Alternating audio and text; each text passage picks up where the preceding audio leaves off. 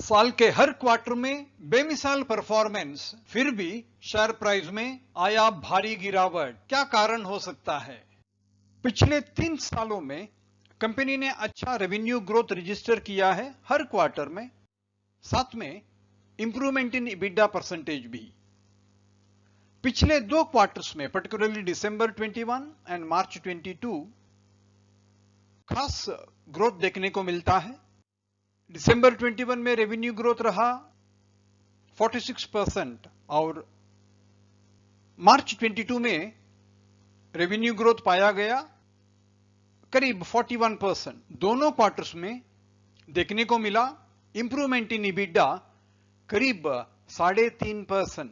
इस अचीवमेंट के पीछे था एग्जेम्पलरी ग्रोथ, रेवेन्यू मिक्स और ऑपरेटिंग लिवरेज की वजह से। EBITDA में इंप्रूवमेंट पाया गया। इनपुट इन्फ्लेशन और लॉजिस्टिकल कॉस्ट ऊपर जाने के बावजूद भी कंपनी का API सेगमेंट में थोड़ा धक्का लगा क्योंकि प्राइस इरोशन था यूएस जेनेरिक्स मार्केट में। लेकिन कंपनी को हासिल हुआ सक्सेस फ्रॉम यूरोपियन सेगमेंट जो कोविड रिलेटेड ड्रग्स से संबंधित था। एक्सेप्शनल ग्रोथ पाया गया। लेकिन आज सवाल यह है कि जब यूरोप से कोविड हट रहा है और कोविड रिलेटेड ड्रग्स की डिमांड कम होती जा रही है, क्या कंपनी अपना परफॉर्मेंस जारी रख सकेगी? दिविस लैब जानी जाती है अपने एक्सपोर्ट्स के लिए। उसके रेवेन्यू में से करीब 84% रहा है एक्सपोर्ट अर्निंग्स। लेकिन इस साल एक्सपोर्ट अर्निंग 84% से बढ़कर पहुंच गया 90%। कारण था यूरोपियन मार्केट में कोविड रिलेटेड ड्रग्स का इंक्रीज्ड डिमांड। कंपनी के रेवेन्यू जियोग्राफी में अमेरिका का हिस्सा रहा है 25.7%, जो 2016-17 में था 33%। लेकिन बड़ा कंट्रीब्यूटर रहा है यूरोप, जो 51.3% रेवेन्यू का कंट्रीब्यूट करता है और उसका शेयर हर साल बढ़ता हुआ नजर आता है। अमेरिका और यूरोप दोनों को मिला के 77% ऑफ रेवेन्यू बनता है। एशिया से करीब 9.8%, भारत से 10% और रेस्ट ऑफ द वर्ल्ड से जो बचा हुआ रेवेन्यू पाया जाता है। लेकिन कंपनी यूरोप के ऊपर बहुत निर्भर है। यूरोप से कोविड का हटना, साथ में यूक्रेन कॉन्फ्लिक्ट का असर देखने को मिलना, इन दोनों का दिवी लैब्स के फ्यूचर परफॉर्मेंस के ऊपर बहुत बड़ा इन्फ्लुएंस देखने को मिलता है।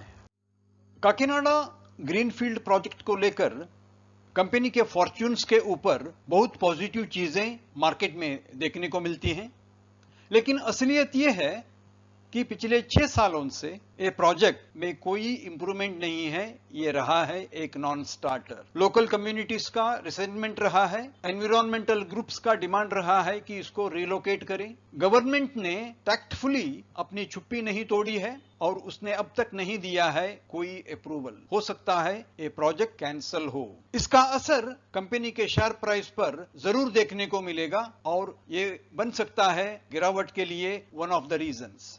5-year CAGR में इम्बैलेंस को लेकर मार्केट चिंतित है। कंपनी का रेवेन्यू, PAT, टोटल एसेट्स और नेटवर्थ का 5-year CAGR रहा है करीब 17% बैलेंस्ड। लेकिन इम्बैलेंस पाया जाता है मार्केट कैप में, जिसका CAGR बढ़ा है करीब 42%, दुगना से भी ज्यादा। बैरिश प्रेशर इसलिए बनता है कि कंपनी का एक्सपोजर यूरोप में ज्यादा है, जहां यूक्रेन कॉन्फ्लिक्ट का असर देखने को मिल रहा है। कोविड प्रोडक्ट्स के डिमांड में गिरावट पाया गया है रिसेंटली और कंपनी का काकीनाडा प्रोजेक्ट कैंसिलेशन के बहुत करीब है। इनपुट इन्फ्लेशन ज्यादा है। कंपनी का अमेरिकन मार्केट में प्राइस इरोजन जारी है। इन सभी का असर कंपनी के मार्केट कैप के इम्बैलेंस्ड CAGR के ऊपर काम कर रहा है और यही कारण है कि कंपनी के शेयर प्राइस नीचे की तरफ बढ़ रहे हैं। दिविस लैब हर साल देती थी projections for the next year, लेकिन इस साल उसने प्रोजेक्शंस देने से मना किया। उसी टाइम पे एक ग्लोबल ब्रोकरेज हाउस ने उसके मार्च क्वार्टर रिजल्ट को अंडर परफॉर्मेंस बताया और हाईलाइट किया कि उसमें अपसाइड बहुत कम है। इन सभी का असर तुरंत देखने को मिला मार्केट में अगले सेशन में। कॉन्फ्रेंस कॉल के तुरंत बाद के 4 सेशंस में कंपनी के शेयर प्राइस के ऊपर एक बहुत बड़ा प्रहार, massive collapse of price, quantity का सपोर्ट भी था हर एक फॉल के साथ। असर यह हुआ कि कंपनी का शेयर प्राइस गिर गया 52 वीक लो को, और इन्वेस्टर्स जो आशा कर रहे थे प्राइस इंक्रीज की, क्योंकि Q4 रिजल्ट्स लगते थे बहुत अच्छे, लेकिन अपने आंखों के सामने उन्होंने देखा mass destruction of investor wealth. मैं हूं Vitthal Prabhu, stock learning simplified weekly video के साथ। आशा करता हूं कि आपको यह वीडियो पसंद आएगा। दिवीज लैबोरेटरीज जाना माना नाम, पिछले 30 सालों से टॉप फार्मास्यूटिकल कंपनीज में से एक, हैदराबाद से ताल्लुक रखती है। मैन्युफैक्चर करती है एक्टिव फार्मा इंग्रेडिएंट्स API, और रही है फार्मा MNCs के लिए एक बहुत बड़ा supplier for intermediates, quite reputed and known for its reliability. Company के पास है world class manufacturing facilities Hyderabad और विशाखापट्टनम में, और इनको प्राप्त है certification from global drug authorities जैसे US FDA और EU GMP। कंपनी के 2 मेजर प्रोडक्ट डिविजन्स API 41% और कस्टम सिंथेसिस डिवीजन 59%। अपने क्वालिटी और रिलायबिलिटी की वजह से दिवीज लैब्स का ग्लोबल फार्मा प्लेयर्स से बहुत अच्छा संबंध रहा है। दिवीज लैब मशहूर है अपने स्ट्रिक्ट फाइनेंशियल मैनेजमेंट के लिए, स्ट्रॉन्ग ऑपरेशनल कैश फ्लो, हर साल closely monitored working capital, decent dividend, operational surplus consistent and substantial, capex, ploughback of profits, debt free company. पिछले 2 सालों में रखती है cash surplus at the end of the year 1000 crore से भी ज्यादा।